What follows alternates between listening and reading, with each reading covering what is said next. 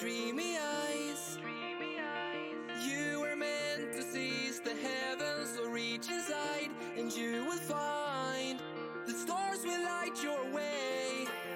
Vivid is the world beyond, soaring down the waterfall. Spread your wings and fly, children of the sky.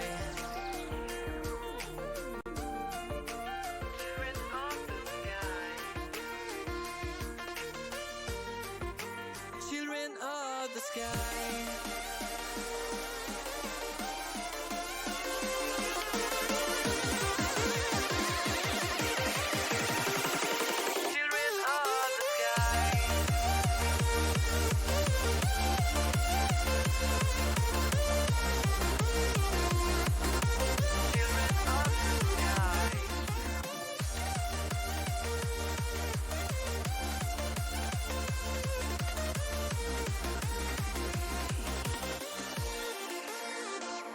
Dreamy eyes, you were meant to seize the heavens, so reach inside and you will find the stars will light your way. Vivid is the world beyond, soaring down the waterfall. Spread your wings and fly, children of the sky. Children of the sky. Children of the sky. Spread your wings and fly. Children of the sky. Children of the sky. Children of the sky.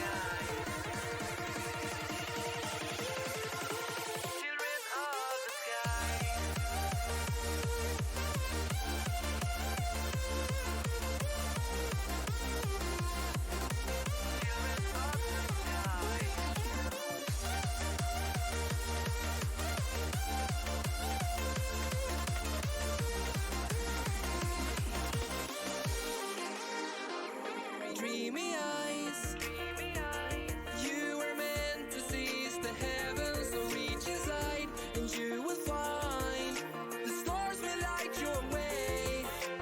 Vivid is the world beyond, soaring down the waterfall. Spread your wings and fly, children of the sky.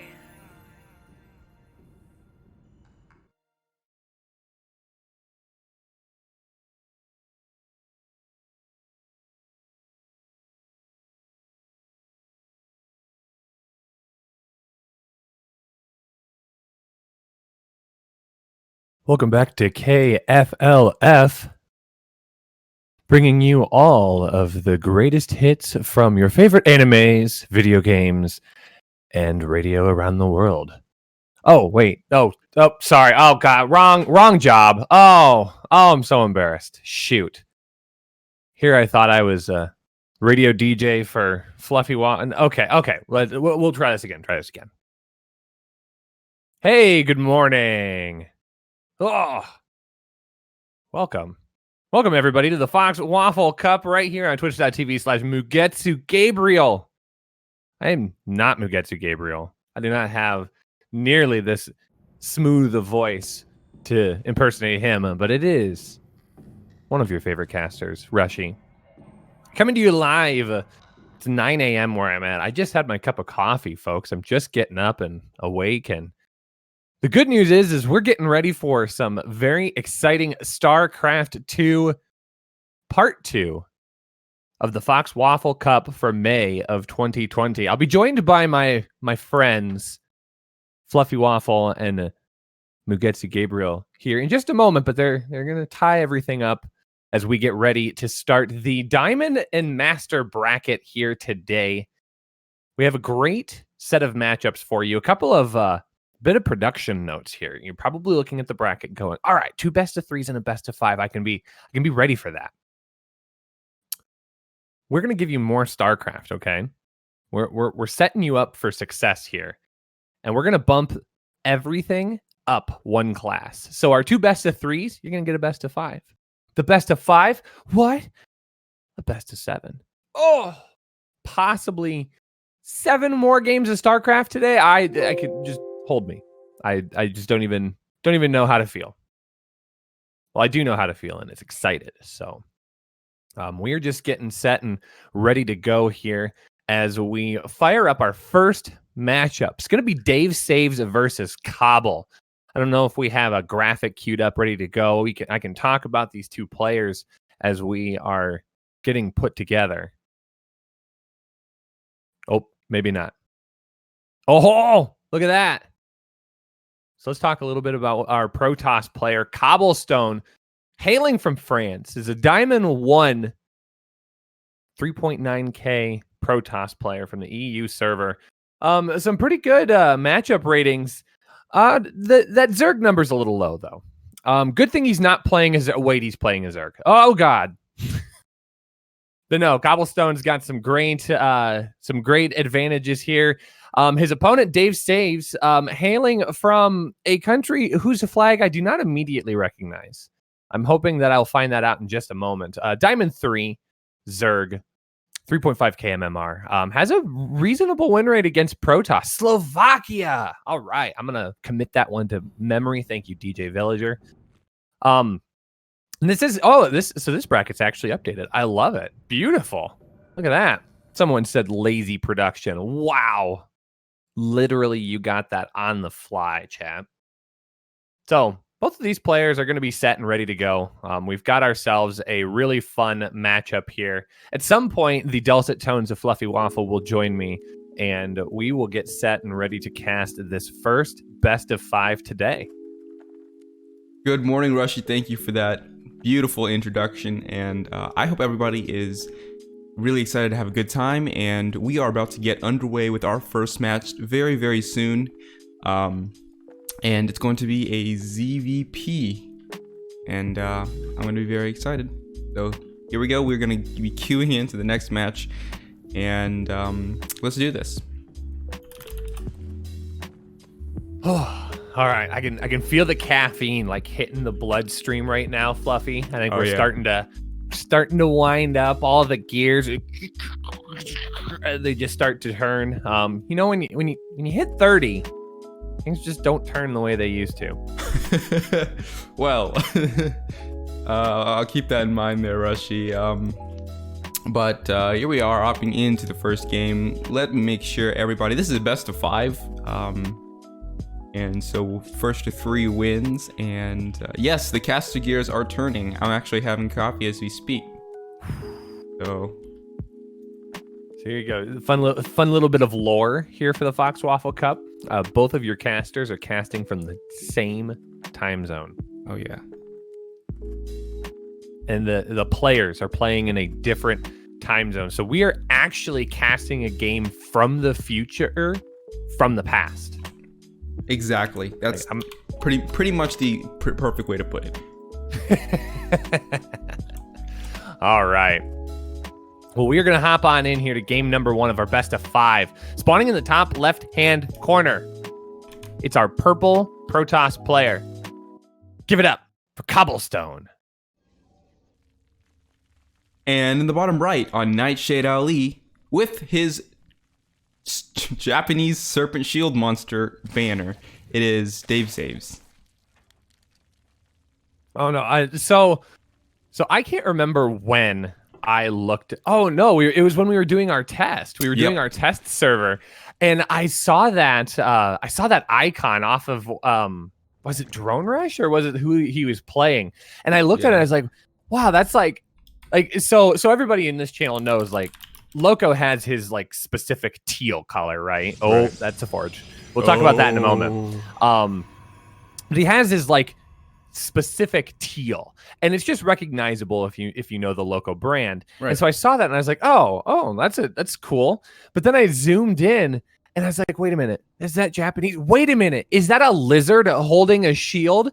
And like all of this is unfolding, and Fluffy, who's test casting with me, is just like, what? Why are you so surprised? What's going on? I was so confused, and then I finally caught on like 30 seconds later. I was like, but okay, let's jump right into this game. All right, we have Forge Gateway opening. There's a pylon being made across the map. Do you know what that means?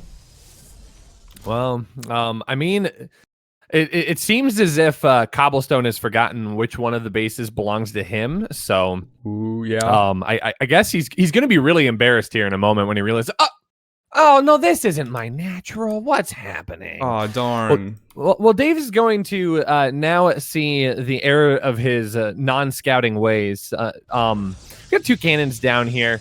A second pylon back behind the cannons. It feels a little unnecessary, but I guess his 4 protection here could help against any possible roaches that will be coming out. So more than likely, this natural is going to fall. These 2 cannons are going to be able to clean this up. It's going to be a matter of how Cobblestone decides to transition here, whether or not he wants to start encroaching on the high ground, or if he's just going to kill the hatchery down at the natural and let that creep fade away. But Dave already trying to pivot, builds out at his 3rd base to try and get ahead of it, and Cobblestone has walled off back at home. Yeah, I mean, it's lights out for the 2nd base, and even though he's going to be able to get Zerglings out from this larva, he's going to need to pivot into those he's going to need to be able to pivot into some sort of transition in order to carry this game somewhere, because his natural base is currently blocked off by enemy buildings. So you can see that he's taking his 2nd base on the 3rd base location, and then we'll see what he does as a follow-up. And Zergling speed is just getting started right now.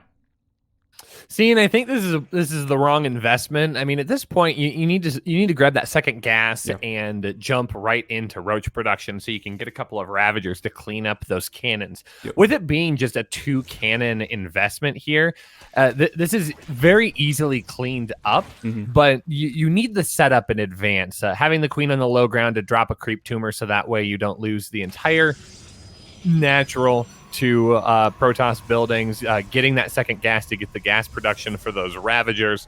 But, Speedlings can do it. I just think he needs to get across the map a little bit faster than he is. So, waiting for a couple of roaches, wants to try and attack the cannon in the wall. And right now, as it sits, only 1 cannon. You could jump on top of that and flood into the base with lings. Absolutely, and Stargate is going to be the name of the game for our Protoss player. And Oracle coming out and most likely going to dive on the mineral lines. Now Dave is going to spot this, and it's a matter of time before that Oracle reaches the other side of the map, and we'll need to see what his response is. 3 Overlords on the way for Dave. Oh, I guess there's the Ravagers you were talking about. Look at that with the Corrosive Biles. They are outranging that cannon, and that probably should have been the tech that Dave should have invested in the first place. But look at that, the Oracle bypassing the main army, heading into the mineral line. Spore Crawler's already ready and hitting that Oracle, throwing down its shield and half of its life. And Dave is continuing to build roaches, and now he's diving on those Protoss structures and getting rid of them. Yeah, that actually ended up being an okay trade here for Dave. If he can throw down his natural, I mean, he has the money to do it. If he tosses down a natural, actually big round of drones, I don't hate that. Yeah. He could potentially try and macro his way out of this game, but Oracles are going to make that a bit of a challenge here as they run on in. They do waste a lot of energy, though, turning on and then immediately flying away. So behind this, though, a 2nd Forge going down for the upgrades, tossing down a Twilight Council and a robotics facility as well. So both players going to try and macro out of this. I'm not sure, Fluffy. Who do you think has the advantage at this point in the game? Well, the drone count is not looking too promising for Dave's saves, and as the Protoss player, you're supposed to be 1 base ahead and maybe comfortably 8 to 10 drones ahead. But right now, the Protoss not only has the worker advantage, he has harassment units out on the map ready to go. But if Dave can do damage with this attack, which is unlikely probably because it looks like Cobblestone is bunkered in there, maybe Dave can pull himself into the game. But as of right now, Cobble is pulling ahead slowly. I don't know if that. Yep, I was gonna say I don't think there's enough there to get that to the high ground. Oh, nice big biles rain down. Oh, I think if he would have focused all 5 of those on the cannon, I think he would have been able to pick that off. Yeah. Shield battery does a really nice job of topping that off, so those Ravagers are gonna get fried. There's enough gas on both of those. Oh, and he actually turns around, so respecting the biles maybe a little bit more than he should have there. Oh, gonna try and catch one unaware, and he does. That's a great pickoff. Good bile rain down on one of the oracles, eliminating some of the DPS there. He's going to continue to try and engage upon this. He gets so close. Barely. He just needs all of those bios to connect with the cannon, and that cannon will fall, and he doesn't have any means of putting another one down. He's kind of walled himself in from behind at that point. Lair going down as well. A third base finally getting put back into the natural. I think if Dave continues to put on pressure here and forces Cobble into more unit production, I think he could potentially get back into this game. But I agree with you. I mean, look at that worker disparity, 53 to 34. He's starting to fall further and further behind economically. Yeah, and with the first Immortal out, he's going to be able to comfortably, Cobble that is going to be able to comfortably defend, especially with that War Prism and the couple of Immortals out. Now, the question is, Cobble is currently oversaturated with his bases, and look at this, he's breaking out, maybe hoping to secure a third base, because with almost 60 workers, you really need that third base to comfortably saturate with your gases, and looks like that's exactly what's going to be happening here. The Zergling's going to be a little bit annoying, though, but I don't think it'll be a problem for them to push out. And Dave is currently just adding on more drones. Well, Dave needs to start reading this. He needs to start seeing the move out to the third base and realizing, good pick off there at the third base. He needs to start reading this and going, all right, I know the Protoss player is starting to move out to a third, and there he goes. Army's moving out across the map. There are High Templars. Storm is not quite done yet, so Dave is going to have to try and read this carefully. But he's got a significant army advantage, 51 to 38. The Overlord spots where most of the army is, and Dave's kind of bringing everything here. I think if he wants to take an opportunity to chunk away at this army, this is the right time. And it looks so like no Storm just yet as it comes up into the third base here. A couple of biles do connect with Immortals, not a bad situation, but every second that goes by is time lost for Dave as we're within about 10 seconds away from that Psystorm being finished here. Some good force field segment, half of the army away, and a bunch of those roaches go down for free. I love the engagement over here by Cobble, defending his third base wonderfully. And it looks like Dave threw down a Hydralisk Den earlier. Storm just finished, so it looks like we're gonna be. I guess he didn't throw down a Hydralisk. Oh, yeah, there it is. Yeah, now he's researching his the grooved spines. But now Dave is just building more units, and at this point, I think that Dave should be building drones, right? I mean, he is so 70 to 50 drones. That's 20 workers that the Protoss player is ahead, and they're both on even bases. And if this keeps going on, Cobble is just going to build more units, or going to be able to build more units and steamroll Dave. And that's the clarion call anytime you do a push like that, where you're trading out units and your brain goes, oh shoot, I lost 5 roaches, I better make 5 more roaches. When in reality, I mean, you've got your opponent pinned back in his base. That's your time to build those drones to help get your economy spiked and running once again. But now here comes the counter push from Cobblestone, and this is where the disparity starts to show just a little bit. Yep. Dave still has an army advantage, 82 to 70, and he's going to try and get a good surround here. Some good force fields connect, but the Archons actually knock those force fields down. Big Psystorms fall down on actually both armies, so Cobble actually eats some of his own Psystorm in that engagement. The Observer back from behind is able to scout, and he feels comfortable running those Zealots up into the upgrading evolution chambers, and both of those are going to go down, so 1-1 is never going to see the light of day in this match. Dave Saves continues to get pushed back further and further. The Zealots engaging at the third base while the Immortals and Stalkers and Sentries start moving up towards the Natural. Some good force fields trying to zone out most of the units, and more Psystorm coming down. Only a couple Psystorm left, and actually the one High Templar does get picked off, so no more Storms available in this engagement.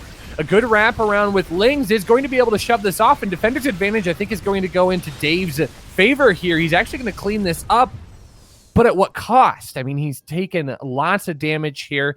Cobblestone is able to get out to his third base. He's double researching still. He's killed off the research of Dave. I mean, it's a good hold, no less, but I think he's rather wounded.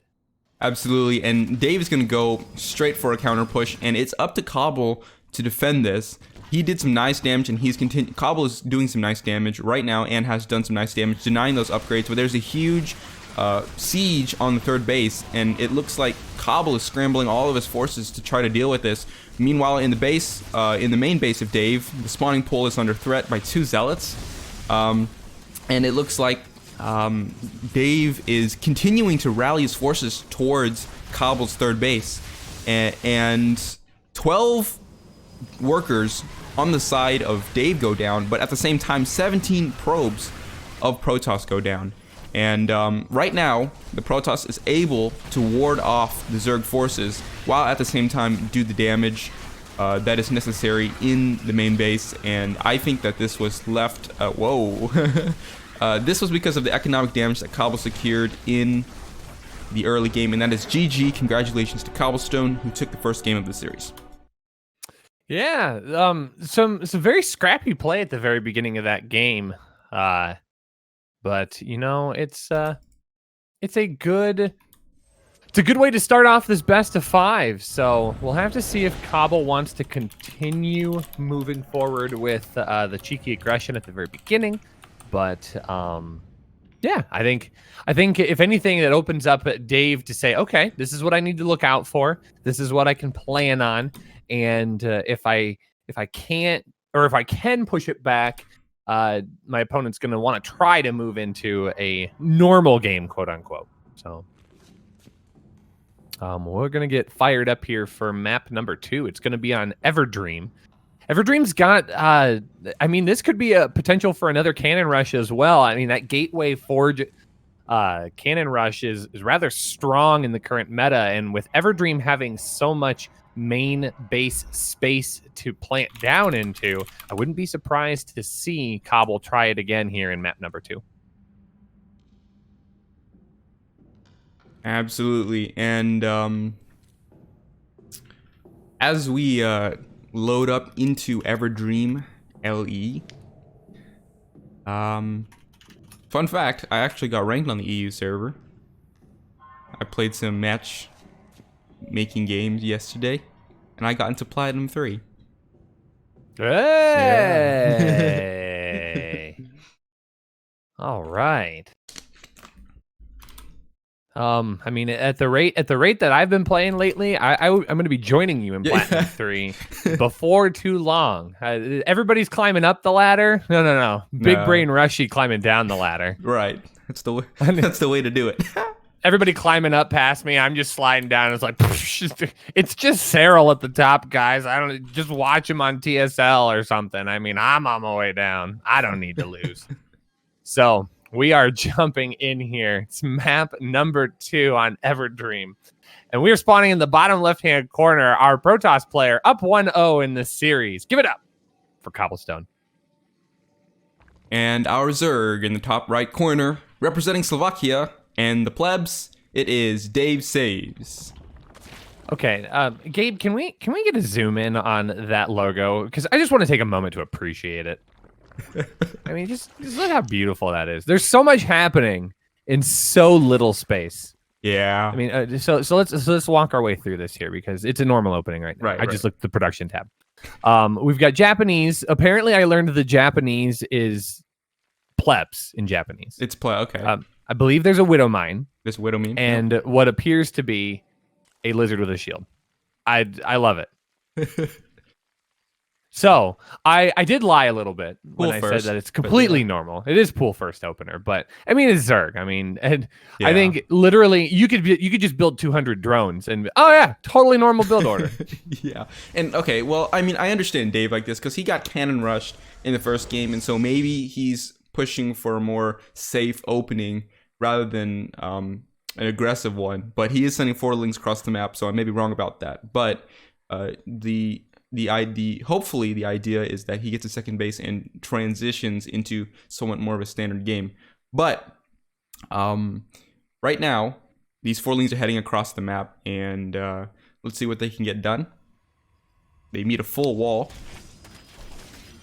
Somehow that's a full wall. Somehow. So I'm not certain that we're gonna see a second hatchery anytime soon because more and more Zerglings continue to be in production, as well as speed on the way, and that's kind of what I thought. Is like he's still on gas, so we're gonna see a Baneling nest here shortly. This Zealot's got to be careful though. Without a friend to help hold down the wall, that wall is gonna remain open. Oh, and he's actually open on the top side. Oh, that's a nice little surround on the Zealot. The Zealot is going to go down, and that's going to be free damage onto the gateway. I think the Adept's going to get out just in time. No. No, he picks off the Adept. So that's actually crucial damage here. And this is all before the Baneling nest even is allowed to finish. That Cyber Core is sitting out in front. It is completely exposed. I would love to see all those Zerglings sit right on top of that Cyber Core. And there he finally switches over. We're going to get that hatchery down as Dave's going, I've done so much damage to him. I wish he would just continue sitting on that because that Adept's not going to be able to get all the way in. But I think he's just going to look for the kill here, Fluffy, making 4 Banelings right now. Yeah, and man, I wish that that cybernetics core would continue to be attacked. I mean, denying warp gate, that's a huge upgrade. That's like Zergling speed for Zerg, right? That's like mules for Terran, or I mean the second orbital at least. But there's the Bane bust and gets through that first layer of buildings. But the 2 Adepts are attempting to shoo away these Zerglings, but I think that cybernetics core will fall, and warp gate has been denied, but is only starting up right now by Cobble.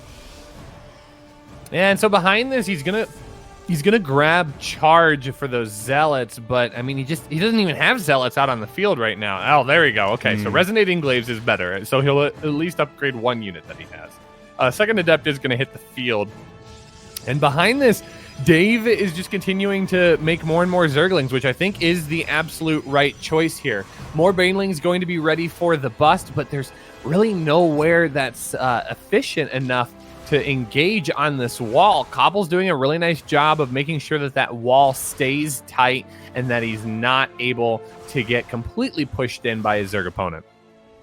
Now, how do you feel about Dave adding on 1 or 2 drones on the side of this army, right? I think that's the right call. So this is what a lot of pro players will do is they will exchange a couple of army units as they've got pressure across the map and sub in just a little bit of economy to slowly build that up. He knows that his opponent is building lots of units. That's a big Baneling bust, but it only damages the gateway, and he can easily build behind this. The Adepts are going to be able to whittle away, and he's actually pulled back here. Those Lings are going to be allowed to swing on in, and this is actually a mistake here by Cobble. He allows a full surround on these Adepts. Zerglings still trying to wiggle their way in. Those Adepts actually do a really nice job of holding in place. The shield battery, I think, is the hero that we didn't deserve, but definitely the one that Cobble needed in this engagement. Absolutely. And ladies and gentlemen, your eyes do not deceive you. That is a triple cybernetics core. Look at that. 1, 2, 3. I mean, he just wanted to be able to research Warp Gate and both of his air upgrades all at the same time. Right. And like, I mean, I remember back whenever I first started playing, actually Brood War, it was called a 6-pool at the time, right? That was the rush, and I had a friend who, he actually built 6 spawning pools. So this is kind of like, oh my gosh, three cybers, literally 6 spawning pools. You know how slow units mine in Brood War? Okay, it's kind of painful. Yeah, tell me about it.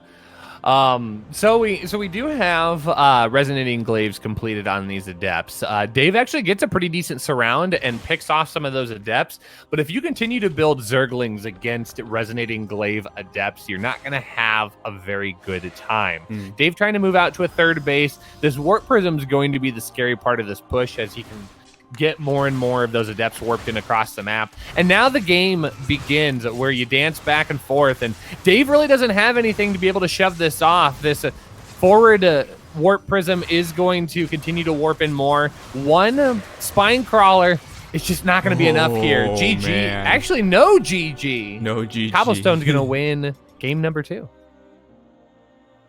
Yeah, now that was... Ooh, Adepts are so scary. They're a good unit. They're a good unit.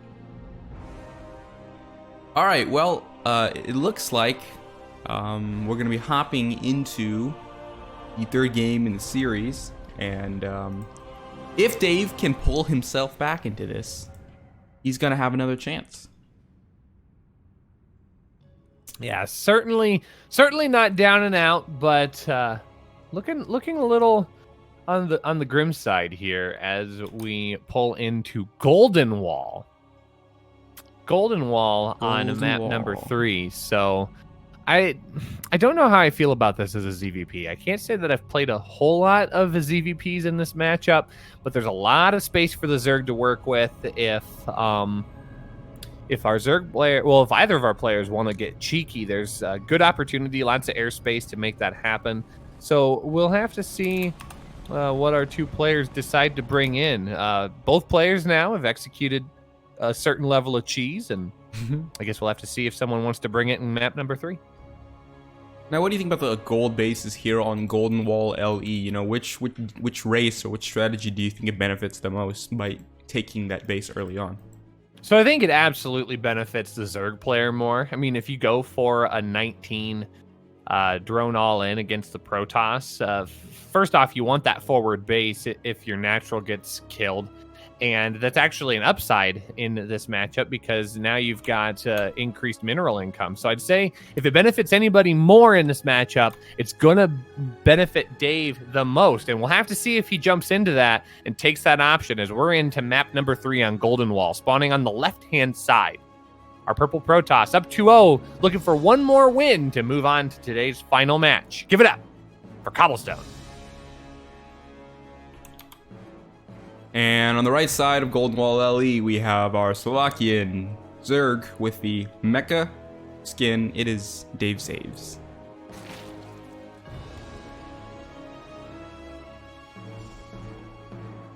All right, Rushy, it looks like we're looking at first glance, a standard game right now. Hatch first and gateway. Nothing too cheeky on the menu right now, but well, we could be here. We could be here for a really good macro slugfest out here. Well, I think that might be an okay thing. I mean, it's a lot harder for Protoss to get across the map really quickly with that first probe. I think you sacrifice a lot when you pylon scout on this map, so it allows Dave the opportunity to get his hatchery down on time in the place that he wants it. Yeah, and both players just going to opt for that easy choice into a macro game. So we haven't had a chance to really see a whole lot of macro. I guess in game 1 we saw the macro out of cheese. Right. But I mean, this is a big map. Provided both players feel comfortable with how they want to expand and where they want to go with the game, we could see a nice slugfest with some tier 2 and tier 3 units. Right, and now, Rushy, as a Zerg player, when do you take your third base? Personally, I do it at 30 supply, and then 4 minutes I put down my my tech buildings. But let's say like in a regular build of yours, when do you take your third base? Yeah, I'd say it's right around that 29 or 30 supply. I sometimes also look for the time on the clock as well, so usually around that 220, 225 mark. Yeah, it kind of fluctuates. Sometimes my builds don't go the way I hope for them to, and I know about what time it should go down. and I hope, I guess I cross my fingers that both line up.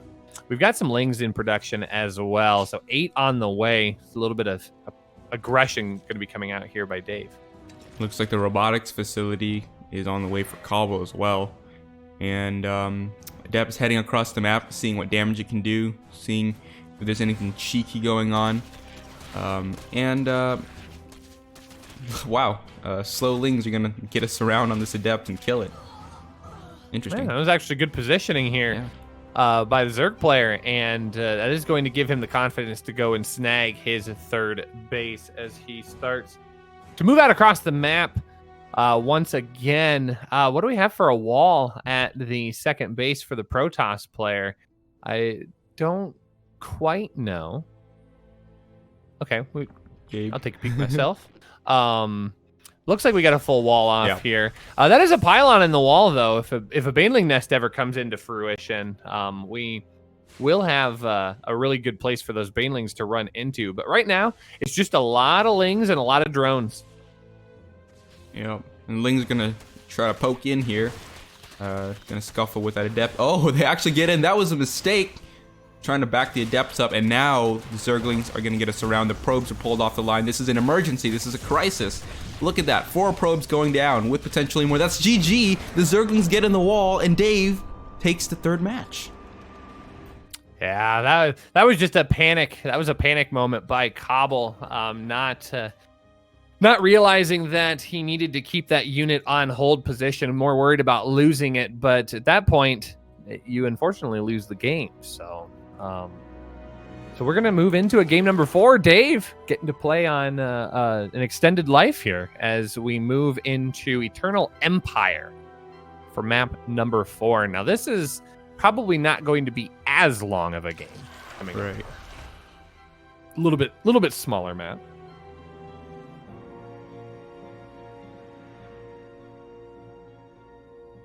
But it does still have a lot of surface area in that main. Kind of weird pathing as you get out onto the map. I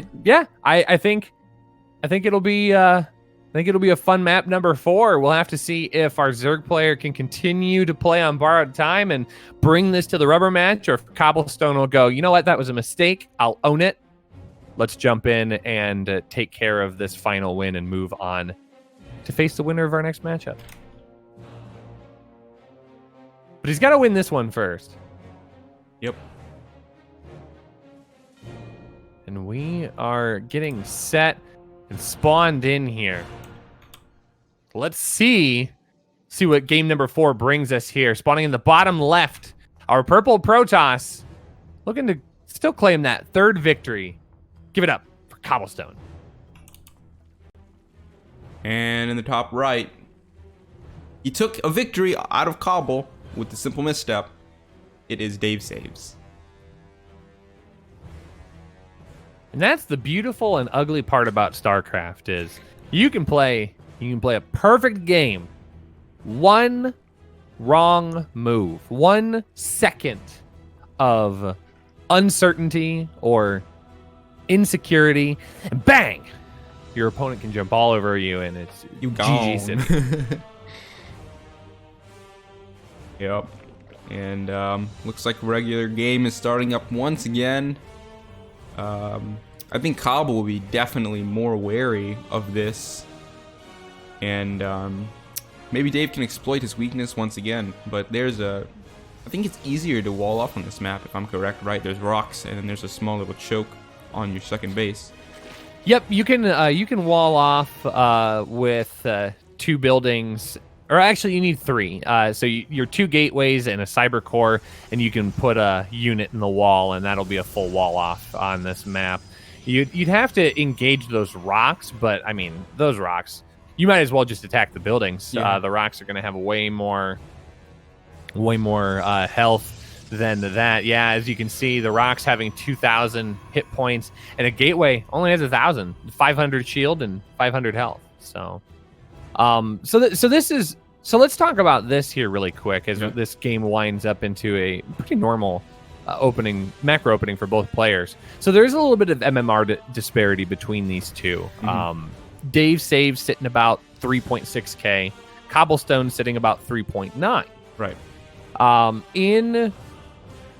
In this specific situation, who do you think benefits from the macro game? Does it benefit the player that has the lower win rate against Zerg, or does it benefit the player that has the higher MMR? Well, I think that from what we've seen so far, from what we've seen of the macro, we definitely see that MMR disparity in the form of, economics, right? Cobble being ahead of the workers in several cases. And I think that overall, even though that Cobble may be struggling against Zerg in particular, and Dave may be a really good ZVP player, I think that the experience, the MMR, the higher MMR would benefit the Protoss more than what the matchup statistics necessitate. Well, we'll have to see if that the MMR boost on Cobblestone's side will give him the strength he needs to finish this game, as a proxy is going to go down. Yep. So let's speculate here. We have a robotics facility going down in the main base. Adept's going to leap forward here and try and get some scouting. I doubt that this is going to be a proxy Dark Shrine, unless he wants to throw down the Twilight. Oh, he does have a Twilight already. He does, yep. So this could potentially be a proxy Dark Shrine. Yeah. Well, it looks like a gateway is just coming down right now, but now, all right. Dave is amassing a lot of Zerglings, and Cobble is in a consistent 10 worker advantage right now. So, what do you think? What do you think Dave's next move is going to be, Rushy? I think Dave is going to run all of these Zerglings right into Cobblestone's face, and he's actually going to dodge the scout that's sitting at the Xel'Naga Tower on the lower side of the map. So if Dave, this is what I'm talking about. Insecurity here. Do not be insecure, because now he's going to run all these lings up into the scout of Cobblestone. So Cobble sees all of this coming right now. It is 4 gates across the map, though. So I think, Dave, your hesitation's going to kill you, man. He's going to sit here. Cobblestone's got time to warp in. He's got time to plan his attack out. He is just going to be able to wind up and respond to this appropriately. So those 4 gates are going to finish out across the map. Warp Prism is already out as well. Another Immortal coming behind it. A lair going down for our Zerg player. But I think he's just waited way too long here. He had an opportunity to make those lings count, but Cobble is able to bring the army advantage back into his favor. And actually, don't let the numbers fool you here. The army of Cobblestone is very strong against these Zerglings. Some very good force fields going down, eliminates a little bit of the surround of these units. Some good Warp Prism juggling is going to mitigate more of that damage as well. And Dave just completely loses any advantage he had in this game. Yeah, and Dave has to suspect something, right? I mean, he's building 16 Zerglings and all of those gate charges over here, and he still has this proxy unscouted. And looks like Cobblestone is just wanting to go for a swift and decisive, devastating blow straight into Dave Saves Natural. And wow, if Dave doesn't have a tight defense here, everything could go south for him. Well, he's got to cobble it together now here. Lings are going to engage on those Zealots, which is absolutely what you don't want in this case. And once all of the Lings are gone, I mean, there's just nothing here to hold down the army. Roaches are now starting to pop out. The Queens are going to plug the hole for just a moment to buy as much time for these Roaches, but there are just way too many Zealots, and these Zealots are going to swarm on in. 7 more Roaches in production. That Warp Prism is going to fly up into the main base and continue more and more warp-ins. The drones get pulled off of the line. That's a dangerous moment here. All of those drones are going to go down. There's just not enough DPS against these Zealots, and all of the units of Dave Save is going to fall. He had a moment. He's going to go back to this replay, and he's going to shake his head. He had a moment, but Cobblestone, with the 3-1 victory in this series, will be moving on in our bracket. Well done, Cobblestone. and it looks like we're gonna have a pro toss in the finals, and very excited about that. Okay, so when we come back, we are going to set up with our next game. Is going to be Nuke Official versus Weird Rat, and fun fact, Weird Rat is my cousin, and we are going to have a ZVT, and if there's a matchup that frustrates me the most, it is ZVT. So we'll be right back. Don't go anywhere.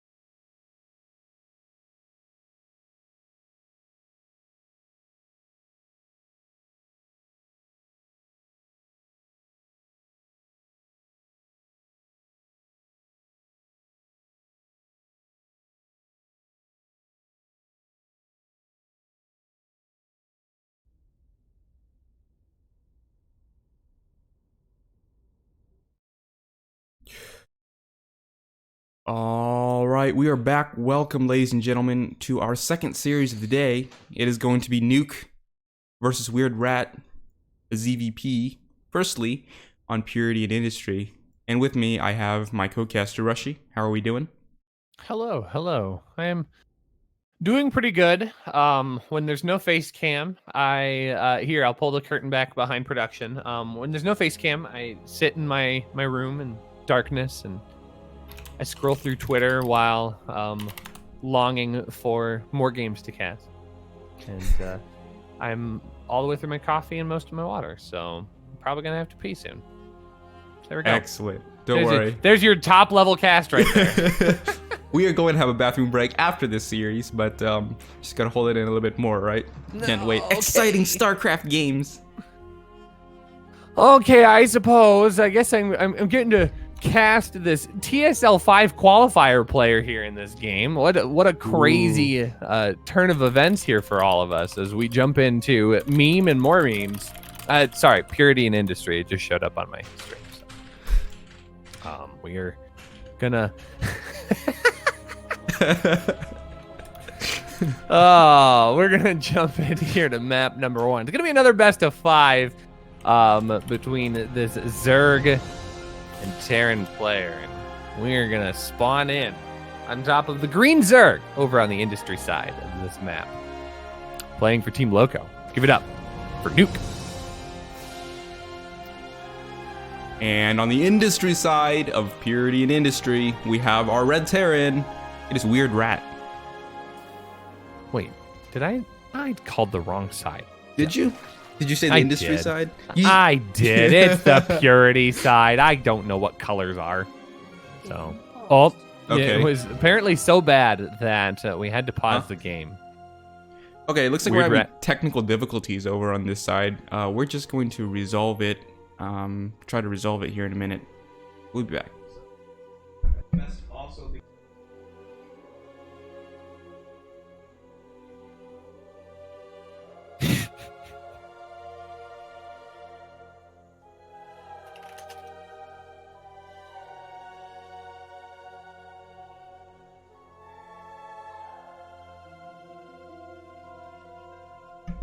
Okay, we're going to have to start a new game. Gabe, can you get on that, please? Looks like we had a little bit of technical issue. Sorry about that.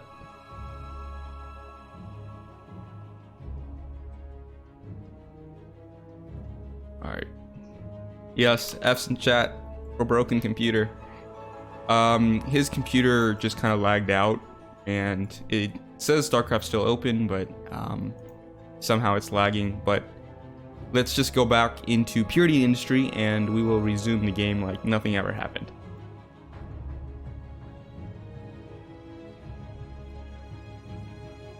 It's good to know that computer issues happen to all of us. Oh yeah.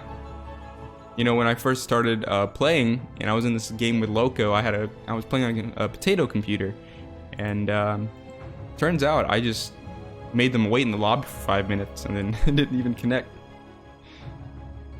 Always fun.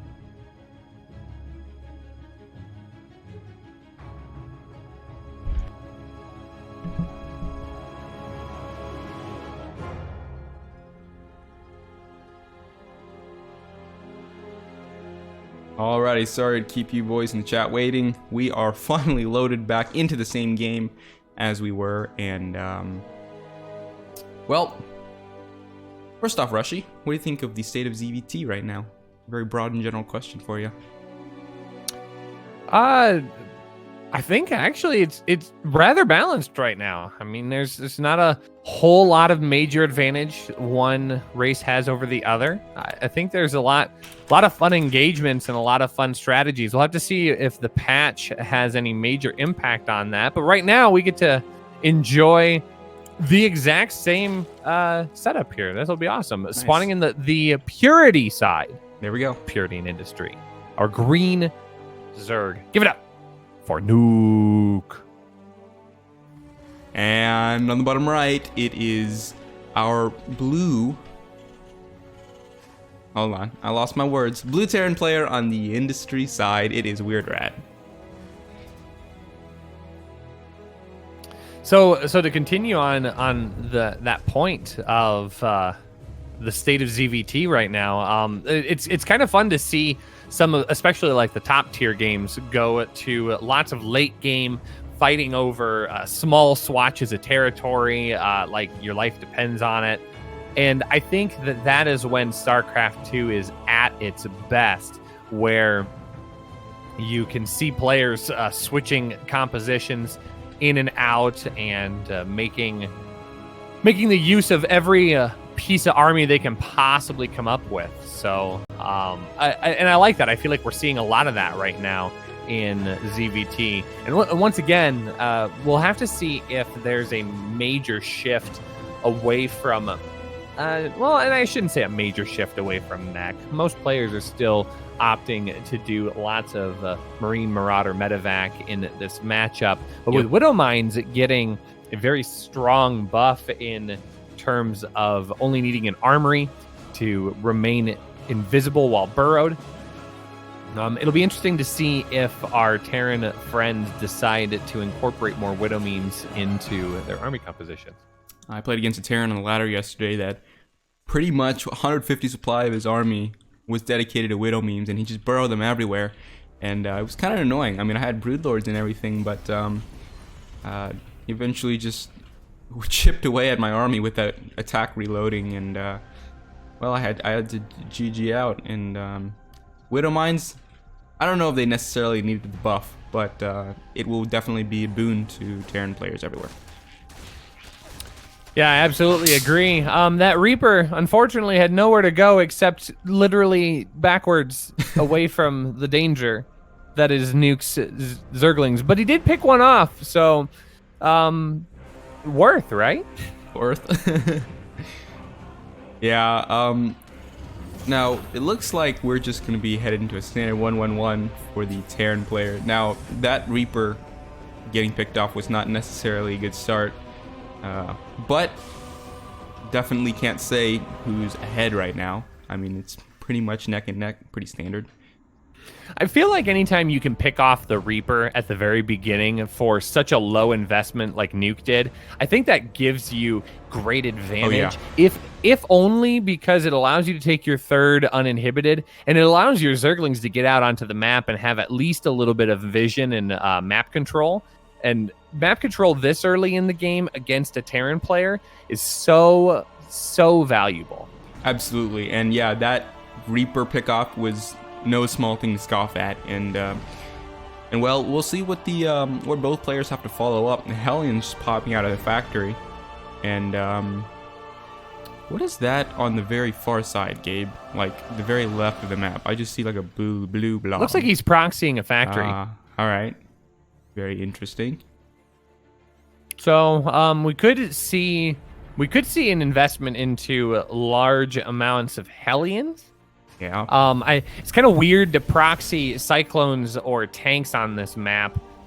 So and he doesn't really need to proxy a factory. I mean, at this point in the game, it'll be interesting. An armory coming down. I think this is going to be large amounts of Hellions coming out here. Pre-infernal igniters is being researched right now, and that armory is going to come down as on top of that. But Nuke gets on top of it. He scouts that proxy factory, and it is going to start producing a Hellion. So this could be a very strong Hellbat timing. Yeah, but that was good scout by Nuke, sending his Zergling everywhere and being aware of his proxy now. The rest of his army making it over here. Now, the Hellion will come out and finish, but it is very much under threat by all of these, and getting us around and forcing that factory to lift off. Oh, man. Yeah, that's actually crucial damage, and I think it was a high risk, low reward play by Weird Rat here to do that. I mean, you can just build that factory back at home, even though there is Overlords kind of spotting and scouting. I think this build is just kind of strong in of itself. It doesn't need to be secret necessarily. The medevacs are going to load up the Hellions that he does have, only 5 at this point, and a 5 Hellbat push against a Zerg player is not as strong as it could be.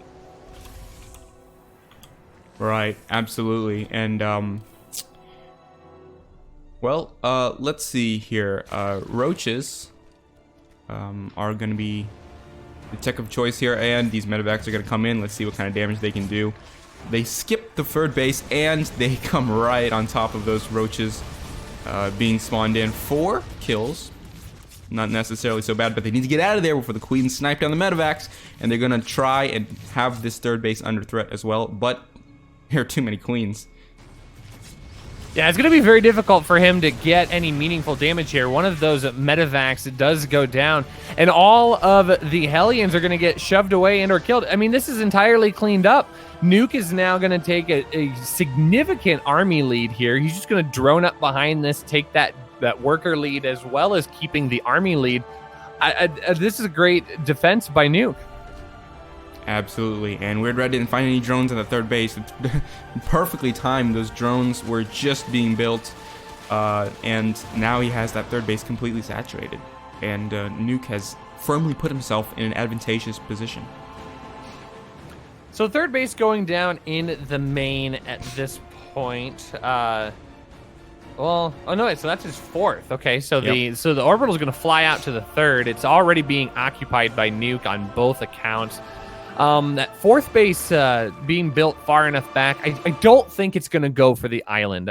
Everything in my body wants it to go for the island. I don't think it will. I think he's going to just try and fly it out to the green space just southwest of his main. But he's not going to be able to get this base down quite yet. He's going to have to go clear the He's going to have to go clear the Zerglings in that spot, but that's not going to be a tough task for him to do. Magfield accelerators on the way as well, so we might see a transition into battle mech. Yeah, I don't know how I feel about that. I mean, tanks are on the way as well. He already knows that Nuke has got a pretty strong army composition. Nuke already jumping out to a 4th base, as well as continuing to push his creep out. How you feeling about this, Fluffy Waffle? Yeah, I mean, I don't know if Battle Mech's the correct choice out here. I mean, especially when you're playing from behind. Now, he's doing it. Wait, is there? Wait, hold on. Nuke has preemptively dropped creep from his Overlord, which is the absolute right play here. So that's going to take a rather, it's going to take investment. Weird Rat's going to have to go out with either a Viking or a Liberator to clear that Overlord away. But it does kind of open up the opportunity for Nuke to say, okay, I need to get something over there to shut this down, because if he can get on top of it immediately, this base will never go down without more investment than it's worth.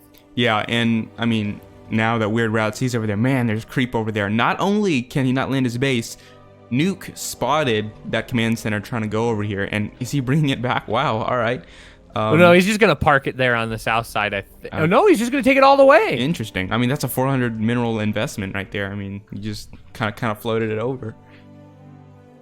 Huh. Okay, well, maybe a little frustrated by the hard counter there. Nice Roast Hydra army moving out onto the middle of the map here for Nuke. Hive about halfway done as well, getting those valuable Hydra upgrades. Liberator here is going to get a little bit of damage. That Queen's not going to get out of the way in time, so all of these drones are going to be forced off of the line. All the larvae getting cleaned up as well. 4 workers, well, that's not a bad trade here for Weird Rat at this point in the game. These Hellions going to try and get more damage done. They're going to find this mineral line and immediately morph into Hellbats, and this is going to get more drone damage done. We're going to probably see 8, 9, 10 drones go down before this is all said. Now, that was nice. That puts Weird Rat actually in a worker position. But guess what? Nuke has such a large army now, and he is going to look to pounce on this Terran base. And the Terran needs to shore up his defenses. An Ultralisk Cavern going down and a Greater Spire. Looks like Nuke has some lofty dreams of Hive technology. And the proper Terran response is also Tier 3 units, such as Thors. I can't think of other tier 3 units. I guess battle cruisers, but look at that, 3 more factories being dropped down. This is definitely saying the Terran player saying, I'm just gonna keep going mech. So I love all of the coverage that Nuke has in this game. Being able to spot exactly where his opponent's going to try and take his 4th base. And Nuke's going to be able to calculate how he wants to approach this army. He is, like you said, he is grabbing those tier 3 tech structures, getting that Ultralisk Cavern down, throwing down the Greater Spire as well. And it looks like it is going to be Broodlords, 10 Corruptors on the way for Nuke. I think he's going to open up the option for... He's going to open up the option for Ultralisks, but right now, I mean, his opponent's got that kind of hard countered. Lots of tanks. There are Liberators out on the field. Ultras aren't the best choice, but if he can get his opponent to commit into more Vikings, if he can get him to commit into more Liberators without proper tank coverage could be a good transition into Ultras for Nuke, but he's got a ways to wait before he gets to that point. Absolutely. And Nuke is going to be attacking on this Terran territory soon, and if Weird Rat doesn't engage this correctly, everything could come crashing down for him. He needs to find a way to deal with those Broodlords. He needs to find a way to deal with all those Hydras and Corruptors on the ground, and looks like Nuke is standing right outside of the radius, gonna chase these Hellbats for a little bit. Thor's on the production tab for Weird Rat, and that's 5 Thors. Wow, that's a lot of big boy units. Yeah, the moment you see those Corruptors out in number on the field, Thors are just immediately the transition you want. But he's not going to be able to get more than 6 Thors. He is at the supply cap, so he's going to have to trade out some units if he wants to continue to build more Thors. And one Liberator trying to head for the main to get some more mineral damage done, and it's not going to be able to see its command and mission through.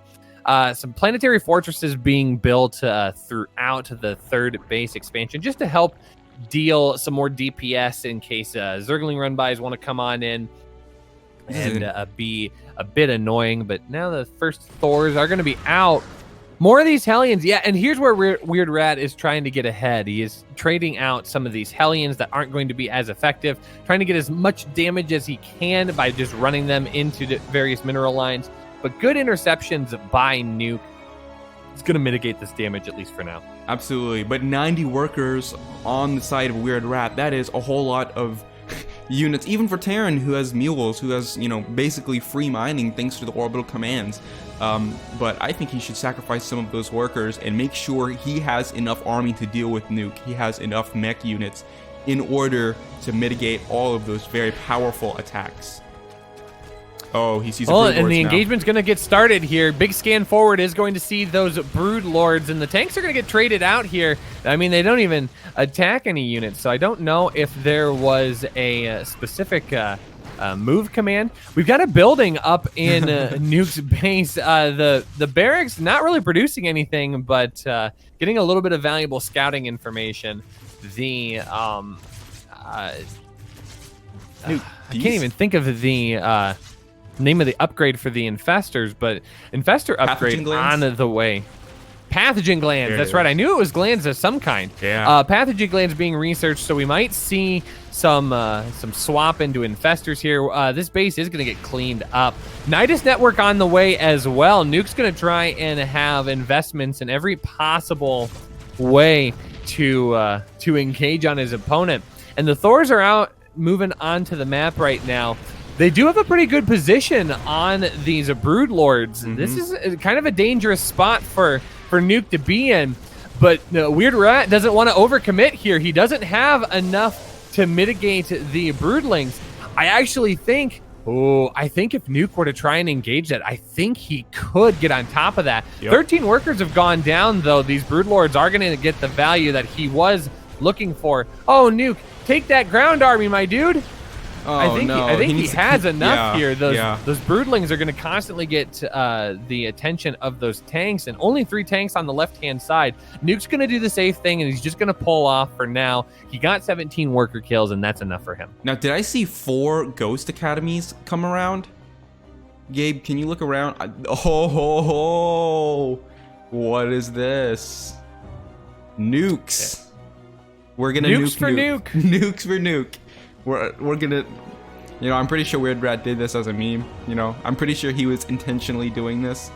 But wow. Yeah, he's going to try and clear up more supply here to get some of those ghosts out onto the field. But 2 nukes incoming, as well as personal cloaking field is on the way. More Thors are going to be added to the mix, as well as those vehicle plating and vehicle weapons upgrades continue to hit the field. +2 vehicle plating now just completing, and +3 is going to be done in just a moment. But here comes the Nidus network, and it's going to be right on top of these ghost academies. If Weird Rat doesn't respond to this, I mean, this could be very crucial damage here, and these Thors are way out of position. In fact, they're not even moving, and I don't even know that they're going to be able to get into the base in time. So it's just going to be a Zergling commit out of this Nidus, but this is going to be crazy damage. Those Thors now finally deciding that they need to get back into the base. All these Zerglings, I don't think, are targeting very, very well. Grabbing a couple of the turrets here. More workers going down at the 4th base. Big engagement, I think, happening down at the 5th base location for Weird Rat here, as a lot of the Thors start getting into the mix here with these Broodlords. These Broodlords are completely caught out in the open, though. This is going to be all cleaned up, but Nuke's going to be able to take 25 workers along with it, and he sees this is a full commitment into Thors. Yeah, and, well, we don't see any ghost out, but this nuke play is really risky, but because we see all throughout the game that Nuke has had really good vision throughout the map, whether it be Zerglings or Overseers, and so it's just gonna take a certain kind of player in order to make sure these nukes do damage. But Weird Rat is gonna have to do those. He's gonna have to attack those Overseers in the main, because Nuke can launch another Nidus, and it's gonna be very scary. And here comes the Infestors here. This is the kind of damage that he needs. If Weird Rat loses all of these Thors, I mean, this is basically cleaned up. And what an amazing engagement by Nuke. I mean, look at the army count. What used to be 30 seconds ago 2 maxed out armies is now 191 to 116. There's only 1 ghost on the map. So he can't even easily transition into nukes. But, Nuke is I think he's just styling on him now at this point. Yeah. He's running circles around him, and the Terran base is being overrun by every witch position. Oh, this is a disaster for Weird Rat. Oh, well, there's Thors, though. I mean, this is crazy. This is crazy damage. No Hellions or Hellbats to protect the Thors is just an unsustainable situation for Weird Rat, and Weird Rat's going to have to constantly play from behind at this point. He's got really good Thor production. He still is trying to invest in those ghosts as well. 6 more tanks on the way. I think. How do you feel about this, Fluffy? I'm kind of torn right now in terms of where Weird Rat should go in this game. Yeah, I think that Nuke is just mined from so many bases. This Nuke, I don't know if it lands. Maybe Weird Rat can get in the game, but I think Nuke has certainly secured himself a good position into here. And is this Nuke gonna land? Wow, an entire mineral line just obliterated. What is going on? Those Infestors? Are those Infestors close enough? Oh, there's a 3rd Nuke. Okay, this isn't really going to go anywhere, but, okay, Nuke is just scrambling across the map now. He is confused. He says, okay, there are nukes going down. Their economies are just even up now, and Nuke needs to do something really fast. He needs to close out. At the absolute last second. Yep. All right, so I guess Weird Rat had the right choice here. He had those nukes in the bank, and he was ready to use them if needed. That did buy him some valuable time. Nuke does have a nice bank to work with. So losing that entire mineral line is not completely devastating damage, but he has to make sure that he doesn't trade out even more here. He's going to move down to the bottom side of the map. Liberators are going to spot a whole bunch of Broodlords without any protection here. 1 Corruptor is not going to be enough. So Weird Rat going to try and jump on top of this, but the Hydras are here now. We'll be able to zone and protect for those Broodlords, which are going to try and find the 4th base once again and deal as much damage as possible.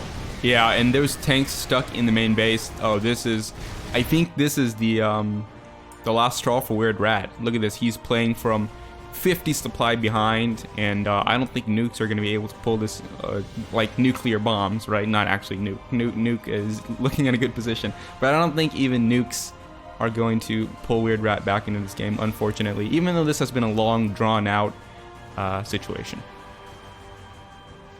Well, we've definitely seen crazier things, and keep in mind, this is just game number 1. Yeah. I mean, we're in the 22nd minute of game. Well, 21st minute, excuse me, of game number 1 here. As more nukes are starting to get fired here, gonna try and capitalize on top of an army that maybe isn't quite paying attention. Missed okay, so he's gonna get out of the way, but missed opportunity to clean up that ghost. The infestors are going to be able to survive for now, but the Broodlords still have not been answered just yet. They've cleaned up yet another base, another nuke going down at the 5th base location for nuke. This isn't going to connect with much of anything. It is going to damage the hatchery, but the bigger story is here at the 4th base of Weird Rat. Nukes moving across with a maxed out army. Weird Rat continuing to lose more and more workers. I mean, mules are good, but mules aren't 61 to 38 workers disparity good. Exactly. And there just continues to be no response for these Broodlords. He did get an Ultra Lord or an Ultralisk. Ultra Lords, I think, might be my new favorite mashup of all time. Name a better duo. I don't think you can. If this base goes down here for Weird Rat, I don't think he has a way to get into this game again. Yeah, and now he's 100 supply behind. It is a disaster. Now, I appreciate the fight that Weird Rat has put up. Definitely showing that he can play from behind with some potential, but Nuke is able to remax easily. He's got somewhat of a bank. That's GG, well played from Weird Rat. And there we have it. Game number 1. Ooh. Yeah, what a strong game number 1 as well. And it was just long enough that we are going to take a 1-minute bio break for a caster. We're not going to name the caster, but I'm going to go have a talk with him real fast, and we'll be back in a moment. Fluffy, you want to talk a little bit? Absolutely. Make it 2 minutes if you want. We have plenty of time. Now, that was well played by both players. You know, I really appreciate Nuke's playing to his strengths as a very strong macro player, and that mech execution by Weird Rat could have been a little tighter, but it was actually very well. Even he got nukes on the map, style in on nuke, got a whole mineral line. That is pretty nice. But when we come back, we will go into game number 2 of this best of 5 after that 20-minute slugfest, and we will be right back.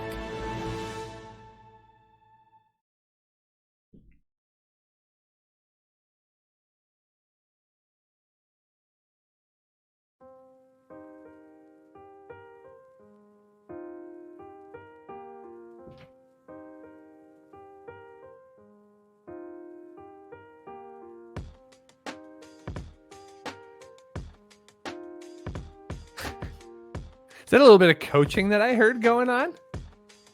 What?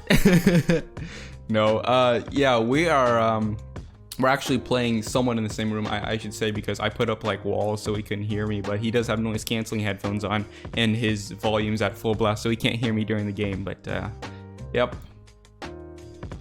That is what you heard. Beautiful. I love it. Yep. All right. Well, I had a conversation with our caster, and he'll make sure that that never happens again. Yeah. Right. I have to say that like all my don't want to see that. I just had a student send me a picture. It's like, oh, first time playing my trumpet in 2 months, and it's like, don't, please. I never want you to actively tell me I'm not doing what you're telling me to do. Yeah. Lol. So funny, right? Don't insult the teacher, right? No, I've lost a little bit of my teacher edge because I'm so wired to, especially for bathroom breaks. Like anytime you have the opportunity to use the bathroom, you use it. And before this series started, everyone was like, yeah, I'm going to take a moment. I'm going to go grab a bio break. We're going to be good. And I was sitting there going, like, you know, I'm good. I held up my water bottle. I was like, I'm just under half. I think I'm okay. And literally 5 minutes into game number 1 here of this series, and I'm like, I need to go to the bathroom. It's the same as the kid after you stop for lunch and you get back on the bus, and the kid goes, Mr. Butler, I've got to pee really bad. If I don't go right now, I'm gonna pee my pants. And it's like, oh, fine. Literally, kid, we just stopped, but it's fine. We pull off to the side of the road, take care of business. But we didn't come here to hear Rushy's horrible teaching stories. We came here to watch game number 2 of Weird Rat versus Nuke, a ZVT. I'm wondering if we're going to get more long games in this series. Fluffy, you might regret switching to a best of 5 format here. Wow. Spawning in the bottom left of Golden Wall, our green Zerg player, up 1-0, looking to make it 2-0. Playing for Team Loco. Give it up for Nuke. And on the right side of Golden Wall LE, playing his best out in that mech first game, it is Weird Rat, the Red Terran. Now, Rushy, how do you pronounce your first name? Is the T silent? No, Corbett. Corbett. It's just Corbett. All right. Yep. Yeah. Everybody always wants to make it like the word bet. So I get Corbett, and it's like really weird. Like, no, just pronounce it like an I. Or people's like, oh, is your name French? Is it Corbet? Corbet. And there's like, no, that's weird. That's weird. No. So here's the lore behind my first name, because we got a normal opening here. Not surprising between these two players. Right. But my parents couldn't figure out what they wanted to call me. So I was born and they didn't have a name picked out yet. Right. So they were trying to figure out what they wanted to do.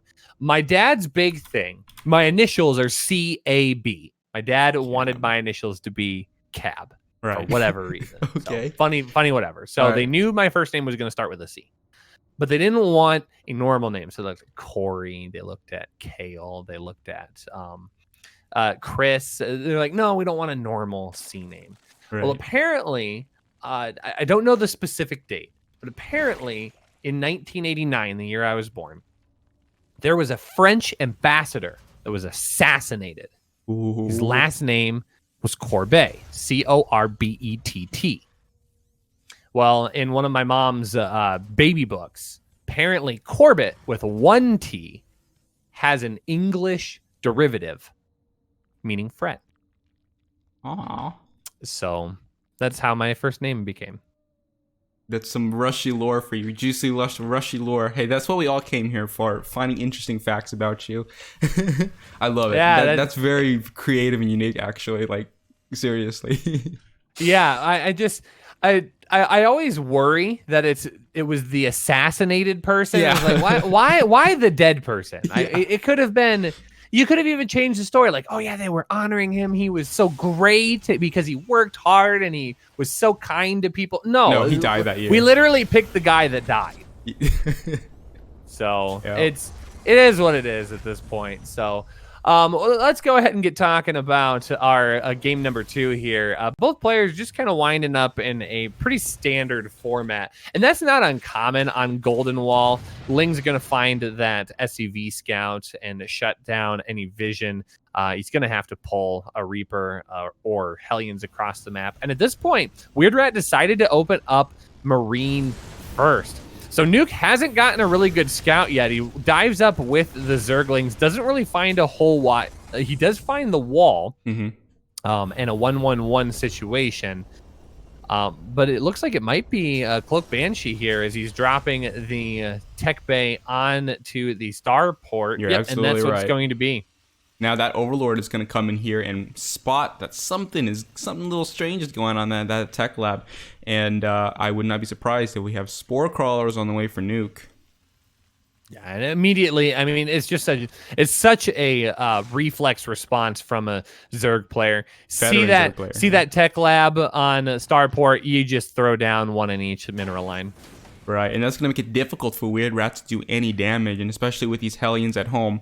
Nuke is prepared with those Queens, with those Zerglings out for defense, and I think Nuke has this guy red.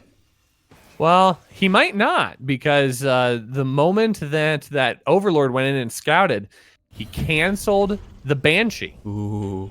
He canceled the Banshee cloak. So one Banshee is going to get out. The Overlord is going to see the swap from the tech lab into the barracks. So it's going to be probably more of a basic bio timing at this point. Two engineering bays going down as well. Yep, and Banelings are going to be in on the way. So Nuke's getting great scouting information. He's able to read this like a book. Exactly, and this is well, he shows that his master prowess, that kind of reflexes played without is received from thousands and thousands of games. And look at that, those 4 Queens in the main just to ward that Banshee away. This is really good stuff. Now, Rushy, I have a question for you. Do upgrades, when you cancel upgrades, do they give their full value back or only partial, like buildings? I believe it is full value. Okay. I believe you get full value back, which makes a little more sense. There's definitely some positional strategy in terms of like dropping a building where you don't want to just be able to create a wall infinitely for quote unquote free. So that makes more sense in that regard, where you're not giving yourself any positional advantage if you start to research something and then cancel that research. Right. Or cancel that unit for that matter. Yep, and we have a GM Zerg player in chat confirming that it is full value, even if the building is killed before and when the upgrade is denied, the player does get those minerals and gas in return. So it's good to know. Thank you, Drone Rush. Hellions are going to keep jumping in here to the third base and try and connect with this mineral line, but the Queens are going to be ripe and ready to put that down. And Nuke, trying to anticipate possibly an expansion out to that gold base, does have creep dropped. That's going to be a good tell for Nuke that third base is trying to go at an unconventional location. Queen's coming way off of creep to engage these Hellions, and that's not always a great idea, but the fourth base is allowed to finish. These Hellions are not going to get the damage they're looking for, and Nuke's risk does pay off. Yep, and that surround was beautiful play. I mean, although the Hellions did kill a lot of Zerglings, that was just excellent to ward off and keep those Hellions away from the mineral line. Well done, Nuke. So there's going to be a few seconds before that base is allowed to land at the third location, but Nuke has the information that that Weird Rat is going for that gold base expansion. More minerals going to be out on the map, which will aid to more Hellions and more Marines, as we are continuing to see more and more Marines being produced onto the map. It's going to be tank, Marine, medevac push coming here for Weird Rat, and he's putting himself in kind of a good position here. He has a significant army value. He's keeping up in that worker count. So you have to remember, as a Terran, you can still be 8 to 10 workers behind just because mules are so cost efficient and can give you that edge. I mean, take a look at that disparity there. 35 minerals per minute to Nuke's 25 minerals per minute. Nice little drop here into the main base. Is going to be able to pick off a queen. The reinforcing queens are going to have to come on in. One of the medevacs is going to get picked off. The second one is going to get out, and that's the one that had all the units in it. So not a bad engagement for Weird Rat. Yep, and Comet Shield is finishing up, and that gold base economy is kicking in right now. So Nuke is going to have to do some sort of run by in order to compensate for this. But Weird Rat is putting himself in a good position. And if the splits are good, we could have a game on our hands. Yeah, he has to make sure that he holds down this third base, though. One Banshee and one Reaper is not going to be enough. Having the reinforcing Marines, now this is going to be enough to help protect that mineral line. But he's got to be careful. Mutas are already out onto the map. Lots more mutas in production as well. It appears that there are already 10. So those mutas are going to go straight into the production. There are no turrets to be seen. So this has gone completely unscouted. This is going to be incredible damage here. The Zerglings and Banelings do get forced off for now. But, I mean, there's nothing to deal with the mineral line back at home. Yep, and leaving that opening for that beautiful run by. Look at that. We got Banelings. I think we're about to see a lot of dead workers here, Rushy. Yeah, he's got a pretty good pull on it. These Banelings are going to be able to connect 29 workers going down, but there still has been nothing to deal with the mutas back at home. Nuke is going to be able to continue to run rampant here. He does have queens and links to defend this back at home. Those queens are going to get on top of all of the medevacs, and if the medevacs go down, all of these are going to get picked off. The entire push has been cleaned up. Weird Rat has nowhere to go. He has nothing to reinforce, and he's lost most of his workers. 71-28. Oh, that's devastating damage. Yep, indeed. And that was a little greedy play going for that that gold base there, but I don't know. With those mutas on the map, I don't know if Weird Rat can pull this game back into it. And look at all those Zerglings. Nuke has finished his worker production, is building non-stop units and upgrades. Yeah, 12 more mutas in production for Nuke. Nuke is going to be able to leverage that gas advantage that he has, and he's just going to push across the map. I think at this point, he could just take those mutas and purely engage on the Marines and be able to close this out, but he's going to play it smart. He's going to dive on in. Still no turrets in production for Weird Rat. Unfortunately, these mutas are going to go unchecked. One Marine not going to be enough. The Weird Rat's going to push across the map. He knows that he has to push and win off of this fight, but there's no medevacs to support that. Even one or two Banelings could be enough. 3 tanks still is not going to cut it here, as Weird Rat's going to lose pretty much his entire economy for this push. And with 3 workers left, I think that there is nowhere else for this game to go.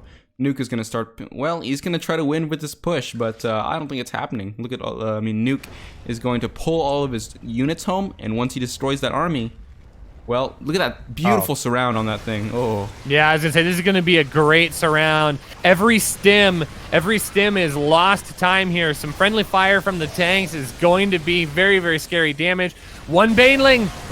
One Baneling connects, and I think that's going to be enough. All of the medevac energy is pretty much depleted. That medevac will get picked off. I think, yeah, I was going to say, just engage the army, Nuke. Yep. I think you can do it. 42 Zerglings in production. Once those Zerglings hit the field, I think it's just going to be all she wrote. One of the tanks not quite sieged up. Both of the tanks are going to get picked off. All the bio is gone. And Weird Rat is going to have to try and win this in game number 3. Sitting with 8 supply, no production. There's the GG. GG is called, and Nuke with a clean 2-0 movement here, putting himself onto match point in this best of 5 series. I think we got a little bit of a stubborn Terran player over here. What do you think? Stubborn. Okay, and we're going to be starting to choose the next map for the 3rd game in this best of 5. Let's see what our Terran player has to say. Well done by Nuke in that last game. I mean, he played standard and handled everything really well. And I think this is kind of the gameplay that we were expecting today. But overall, I'm happy with how this series turned out. Great job to both players, and we're going to see what our next map is. I'm stalling for time. Yeah, we're just being patient here. Just being a little as patient. we get wound up for our 3rd game. I mean, both of our players wanting to play as good a games as it possibly can. So a little bit of thought goes into the preparation here. We are going to jump onto Eternal Empire for our final. Well, that's not the case. Sorry. Potentially not a final, best of 3. Right? It's not a best of 3. It's a best of 5. Our match point game here in this best of 5 between the Zerg and Terran. The winner's going to move on to face Cobblestone in the best of 7 finals bracket. So we will be set and ready to go in this series here in just a moment. All right. Eternal Empire is going to be our map of choice, and we will be headed in right about now, and the game's going to get started. Well, this has been a pretty good series. I mean, the last series was pretty good too, but we have definitely moved up in leagues as we see more intricate gameplays and everything. Yeah, it'll be interesting to see if we can sneak out another long game in this best of 5 series. If there's a map that we could do it on, it could be Eternal Empire. But we'll have to see what happens here as we spawn into the bottom left corner and introduce our green Zerg player playing for Team Loco. Up 2-0, looking to close out this series and move on. It's Nuke. And in the top right of Eternal Empire, Ellie, our stubborn American Red Terran player, it is Weird Rat.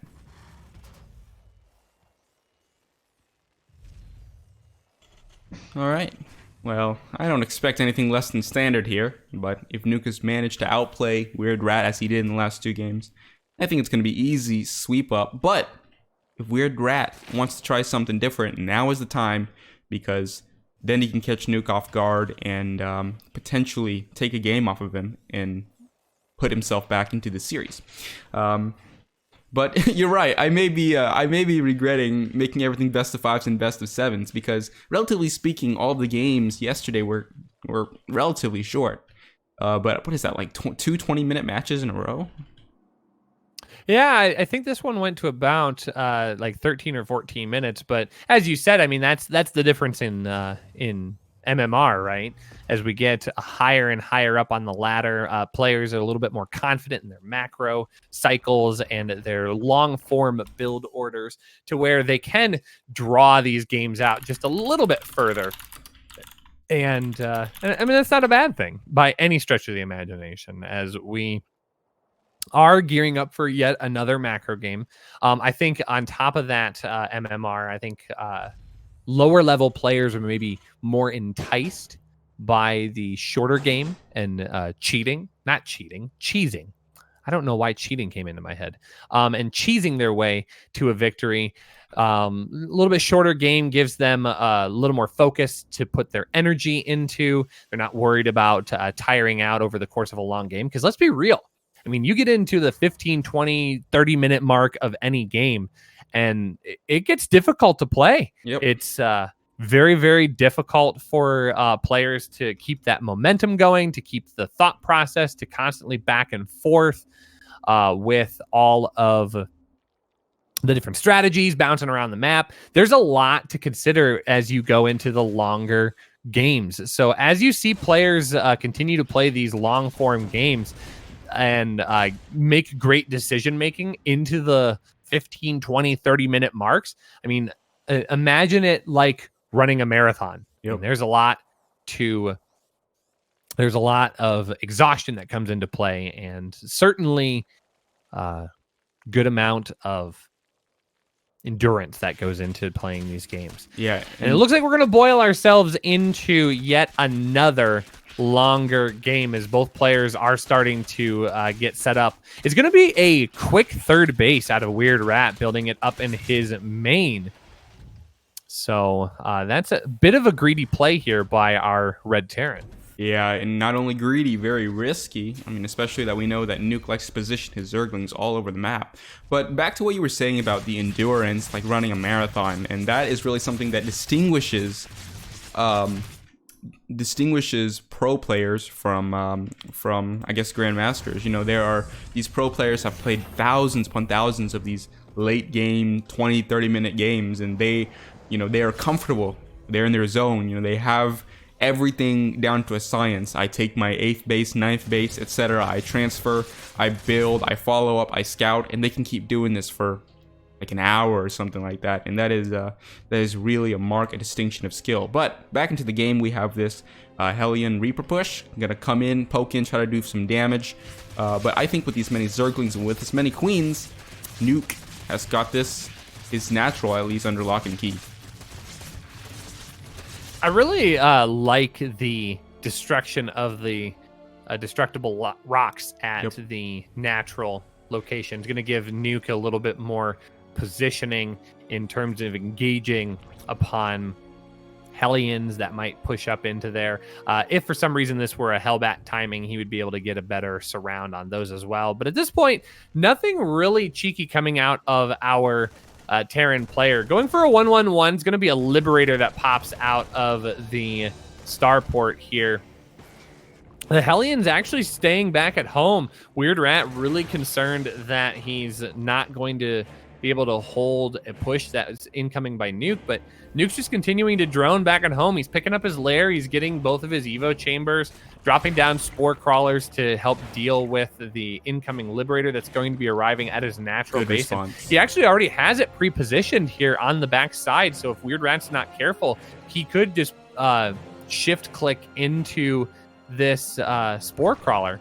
But it looks like he is going to fly right past, at least for the beginning portions. And so this is quite interesting. He actually sets up right on top of the Evo chambers. And this is why I try to avoid building any buildings behind the mineral line, because it makes it difficult to engage on top of the Liberators and reposition. But Liberator's just going to kind of throw itself away, and Nuke going to build more drones behind it. Absolutely. And yeah, I definitely like to build evolution chambers as part of a wall, right? So it serves a dual function, not only as an upgrading structure, but also as something that body blocks, that makes it a little bit harder for, say, bio to come in. But then, I mean, you have the disadvantage of having Marines come in and just stim your upgrades down. But that is sometimes worth the risk to take. But I think Weird Rat isn't moving out because he's trying to secure that greedy third base, and he knows that if he misses micros and if he steps out of position for 1 second, the veteran Zerg player Nuke will just take advantage of it. And I think Nuke is going for a good, well-timed response right here. A fourth base and droning up like no tomorrow. Well, it looks like it's going to be a good chunk of Ling Bane here, getting this 1-1 melee and Carapace. This is going to be a lot of damage. I think a lot more damage than Nuke expected to have happen here. Finally, these Hellions are going to get choked up in the mineral line, and he's going to be able to clean all those up, but not before 8 workers go down. That was a good little run by him, but I'm wondering if it's enough. Looks like a mech transition for our Terran player, and we are setting ourselves up into another game. And that's a Spire from Nuke, and he knows this is a mech transition, and so we all know he favors Broodlords, so we might see them on the production tab here soon. Well, and I wouldn't be surprised to see Nuke go into Mutaling Bane. I mean, he's already got the 1-1 melee. He is also picking up +1 missile attack as well as getting those pathogen glands. So trying to move into that part of the game where you're going to be prepared for the Thors.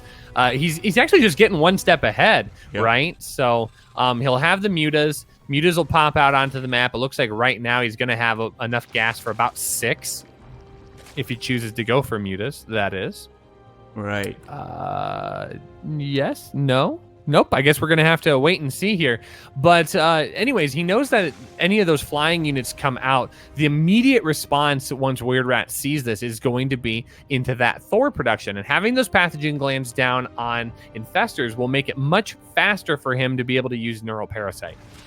Absolutely, and Weird Rat's response to that Spire is like 7 or 8 missile turrets right on there. He's really scared after that second game. Those mutas kind of messed him up, and he says, nope, never again. Well, second Spire is going to go down for understandably for the upgrades, but we haven't seen any flying units just yet. It could be Nuke trying to metagame his opponent here, continuing to invest in more Hydras and more Lings. The Hellions are going to actually swing up into the main base here. Double harassment here in the main and the natural. Continuing to get cleaned up, not finding the damage that he's hoping for. In fact, not even picking up more than 1 Zergling. And there's the Neural Parasite. And here come the Corruptors. So this is going to be a shift directly into Broodlord play eventually. No Hive just yet. So we're still a step off from that. Right. But it kind of interesting play here. It feels like both of our players are trying to mind game and metagame each other. Yeah, I mean, even after 2 matches, you can learn a lot about a player, you know. Nuke has definitely read Weird Rat into somewhat of a delicate position. You know, he knows that there are certain ways, even after 2 games, that the Terran player likes to play. But also, the Terran player is learning from Nuke as well, you know, learning Nuke's positions and tendencies. And that really comes down to who can read the player better. All right, Neural Parasite is now finishing up, so there's not going to be a whole lot of this army that he's going to be able to Neural Parasite just yet. There are tanks. Tanks are a little bit hard to engage on top of at this point. A Nidus Network will be valuable if we check the vision. He does have vision of the 3rd. He does have an Overlord hovering in the main as well, so he could very easily drop that down. Weird Rat has not taken the time. Oh, little choke up there. Oh, from the that's actually funny damage here. Wow. Yeah, trying to drop the Nidus into the main is not going to be effective. A lot of tank siege is going to be able to take care of that. But it's the changelings that are choking up the tanks on the ramp, and Weird Rat just is not seeing it. I think he's realized, I can't get those tanks down, but he can't quite figure out why. Yeah, his units, now, he just sieged it up, but yeah, he needs to find a way to get that changeling out of there, or else his units are going to be stuck in the main base, and they're not going to be very effective, Rushy. Not very effective. No, especially not when you want to try and protect this 4th base expansion. He does have decent tank coverage here. Greater Spire just about complete, so Broodlords will be on the menu here in just a short amount of time. And another Nidus Network is going to try and go down. Those tanks finally getting off the ramp, but Weird Rat's not looking at this. He is not seeing this just yet. It's going to be lots of Lings incoming for our Zerg player. And that's going to create a diversion here in this main base. Lings are going to start wreaking havoc on the production here. But Hellions are going to get pulled back. Blue Flame is going to clean that up rather quick. He's going to have to send more than Hellions send more than Lings if he wants to get more damage done to the production. Absolutely, and this is looking like a spicy game right now. I mean, both of them even, more or less, supply. Worker count, army, and really, it's going to come down to positioning, and it's going to come down to who can pick apart the player better. But look at that, Broodlords are yeah, he does have a Greater Spire, so he's going to want to morph Broodlords if he's going to lay siege on this bottom planetary fortress. But Nuke is going to split up his army here and run bys right now on 2 of the bases. I like the spirit of this, but looks like we're finding, oh, look at this huge battle mech army trying to come in and do as much damage as they can with the Zerg army pursuing. He's going to meet the Queens, he's going to meet the Hydras, and he has nowhere to go. He has to go straight into the throat, the natural of in the main, and this is kind of annoying for Nuke, and this just gives more time for the Terran player to maybe potentially set up a defense. 11 drones down. And once again, a very good macro cycle and a very good macro game. Nuke has a bank that he can build behind this. Yep. So he can easily get those drones back. Queens just need to re-rally and get back where they need to be. But behind this, Nuke is actually out in front with his Broodlords, and this is the main portion of his army. There isn't a whole lot that shoots up at this point. There are Thors, but there are only 4. Right. And none of them are at the 4th base location, and the Broodlords are going to be able to pick up these tanks almost immediately. There are Vikings, so the Vikings will be helpful. Enough Corruptors will be able to shut that down, but with no tanks here in to stop these Hydras and Banes, these Banes are going to be allowed to just push on forward and deal lots of damage, and Nuke's going to try and attack on so many different angles, pulling his Terran opponent completely apart. Does pick off the 4th base, 12 workers going down as well. It's going to be more difficult to deal with the 3rd base, as the 3rd base is well protected and well sieged. But that was a very good engagement by Nuke. Absolutely.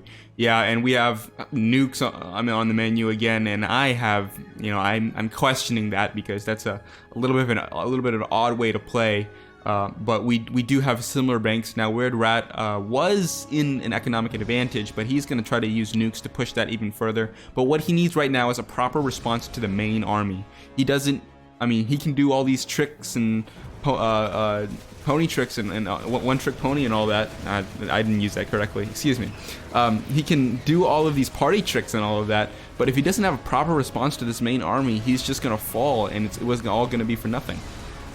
Well, and the Vikings are a good choice. They're just engaging on the wrong units as they are Right. trying to take out the Corruptors. Those should just be going exclusively for Broodlords. As Yep. the Broodlords are going to come forward here, that Viking count was almost decimated by Corruptors and Hydras. Another big Ling run by into the main base. Nuke is remaining at his supply cap, and without any protection, these Thors are going to immediately fall. Hydras and Broods are going to be so strong against this. He backs up the Hydras so that way they don't just fall completely to tanks. But the third base orbital is going to go down, and with that, Weird Rat is going to lose most of his economy off of this. Yep, and that is GG well played, and Nuke takes this series 3-0. Well played by both players. Congratulations. Well played by both of our players, and that is going to set us up for a ZVP final. It's going to be Nuke versus Cobblestone as we get ourselves set and ready to go. We hope you don't go anywhere. We hope that you will stick around for our best of 7 finals. We're going to take a short break as we get set up for our next match. Don't go anywhere. This is Rushy and Fluffy. You're watching the FoxWaffle Cup here on twitch.tv/Mugetsu Gabriel. Don't go anywhere. We'll be right back right after this.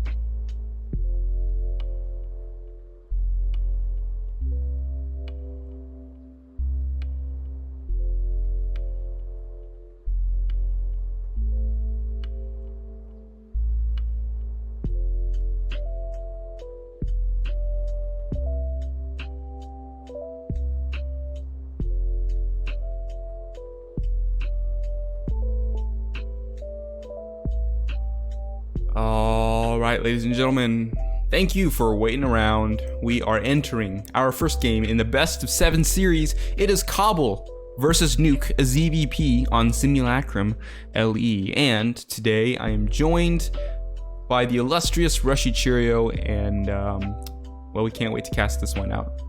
Illustrious. I'm gonna have to like pull up Google Chrome here. Define illustrious. What? That's a positive thing. That Okay, is a positive thing, yeah. I suppose. I've been called way worse than that, so I'll take it.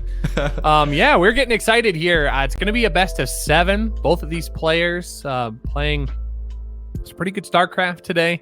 Not going to lie, possibly an MMR mismatch here. Nuke having cruised amongst the ranks of Grandmaster, playing against a Protoss that is currently sitting right in the middle of Diamond 1.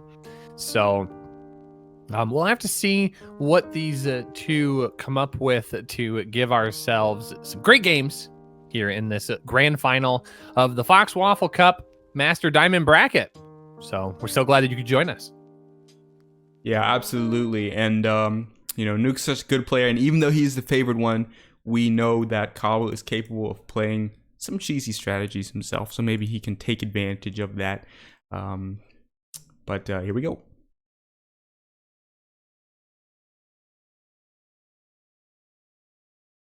Okay, so we are getting ourselves pulled into Simulacrum for game number 1. What's the over-under here? So it's the first to 4 wins, but are we going to see any cannons not built in the main base of our Red Protoss? That's the question. And I'll let you answer that question here in a moment as we introduce our players spawning in the lower right-hand corner of Simulacrum, our Red Protoss player. Give it up for Cobblestone. And in the top left of Simulacrum LE, the stout and very steadfast Zerg player, it is Nuke.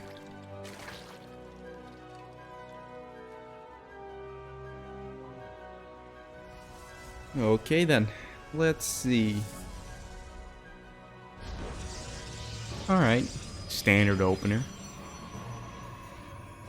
Are we gonna see macro ZVP?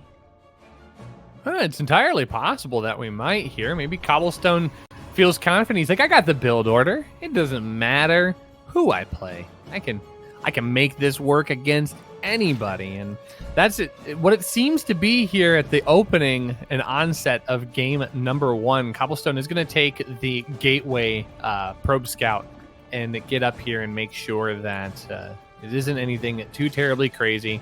Behind this, no forge going down, at least not yet. We've got the probe running down to the natural expansion. Looks like it's just going to set down a nexus at this point, and we're going to be moving ourselves into a rather normal opener here for both of our players.